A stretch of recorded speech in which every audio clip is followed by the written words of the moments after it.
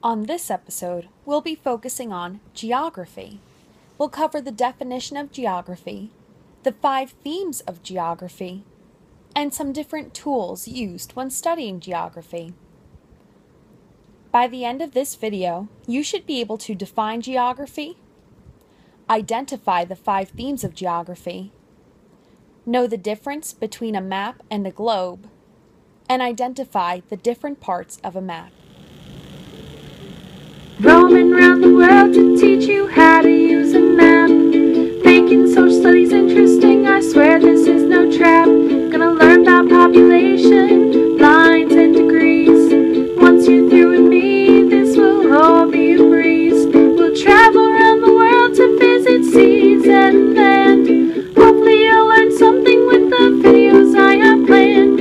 After we're through with all of this, you'll better understand. We're ready to get started with one question at hand. Where in the world is Shenandoah?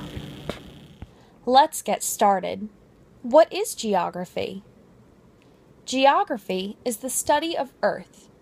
We call people who study geography geographers. Geographers are guided by 2 questions. The first is, where are things located? The second question is, why are they there? Geographers use the 5 themes of geography in order to help them answer these questions. Those 5 themes are location, place, human-environment interaction, movement, and region. We'll start with location.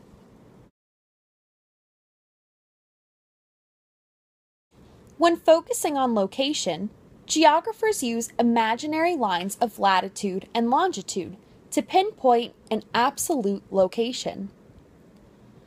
Lines of latitude are parallel to each other, just like lines of longitude are parallel to each other. If lines are parallel, it means they will never cross. To understand lines of latitude, you should first know what the equator is. The equator is a latitude line that circles the Earth exactly halfway between the North and South poles. Find the equator on your atlas. What degree is the equator?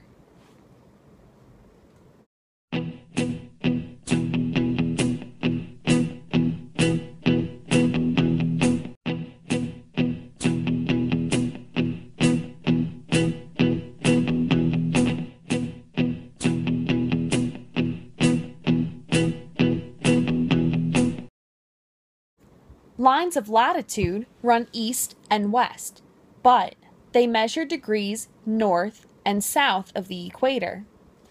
This can be confusing. Think of it like a sandwich. Each piece or line runs east and west, but as you stack them up, they measure north and south. To understand lines of longitude, you should first know what the prime meridian is. The prime meridian is a line of longitude that runs through Greenwich, England. Like the equator, the prime meridian is measured at 0 degrees. Lines of longitude run north and south, but measure degrees east and west of the prime meridian. Think of lines of longitude like books on a shelf. Each book runs north and south, but as you add more books to the shelf, it grows from east to west. In addition to an absolute location, geographers can also describe a relative location by describing things near that given location. For example, when telling someone where Miss Sternick's room is, you could say it is across the hall from the art classroom. You could also say Miss Sternick's room is next door to Mr. Cowker's room. Our next theme is place. To study a place, you need to better understand its physical and human features. Physical features include land masses, bodies of water, natural resources, and climate. Human features are man-made sites, such as buildings and roads. The third theme is human-environment interaction. This theme focuses on how people and the environment interact. People can both change and preserve the environment depending on their actions. The fourth theme is movement. Movement explains how people, goods, and ideas get from one place to another. People, goods, and ideas can get from one place to another by any number of means. For example, people can get from one place to another by walking, using an automobile, or by flying. Goods can get from place to place through different trade routes on land, sea, and through the air.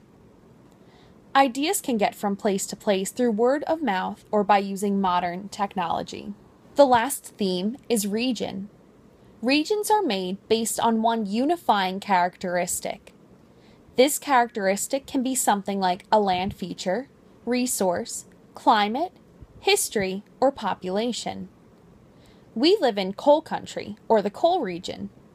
That is because many years ago, coal was a booming industry in this area. We can learn about each of the themes through using different tools associated with geography, two of the most common tools being globes and maps. Do you know the difference between a globe and a map?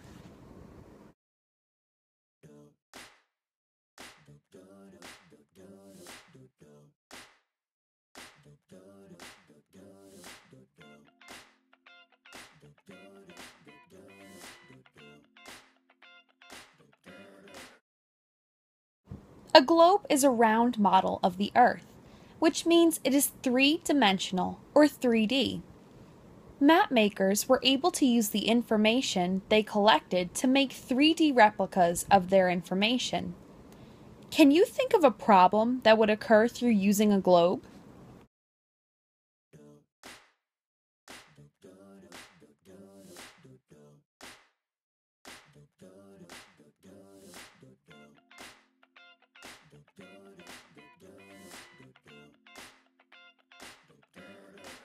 Sadly, a globe does not show enough detail for it to be super useful. The size of most globes also makes it inconvenient.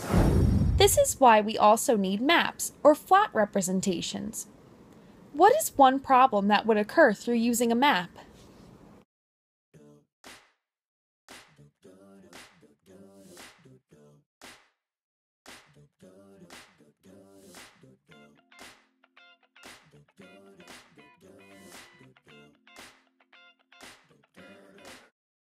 This may come as a shock, but the world is round. No way! Because of that, using a flat representation of the land can lead to distortion or a change in the accuracy of the size, shape, and distances of both land and water. Fun fact, one of the earliest maps was created by geographer Gerardus Mercator.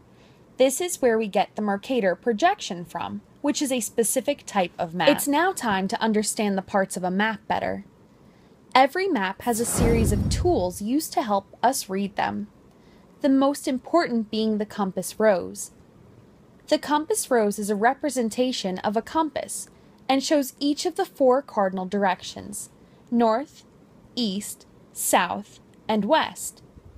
An easy way to remember the order of directions is never eat soggy waffles. Maps will also show a scale, which is used for distances. Sometimes a scale will show both miles and kilometers, so when answering questions about a map, make sure you are using the correct measurement. Keys are also features on maps. Sometimes keys can also be called legends. Keys show symbols that represent different locations like landmarks, land features like mountains or rivers, and places like towns and roads. Maps will also include some sort of grid. The grid may either be made up of the latitudinal and longitudinal degrees, or sometimes letters.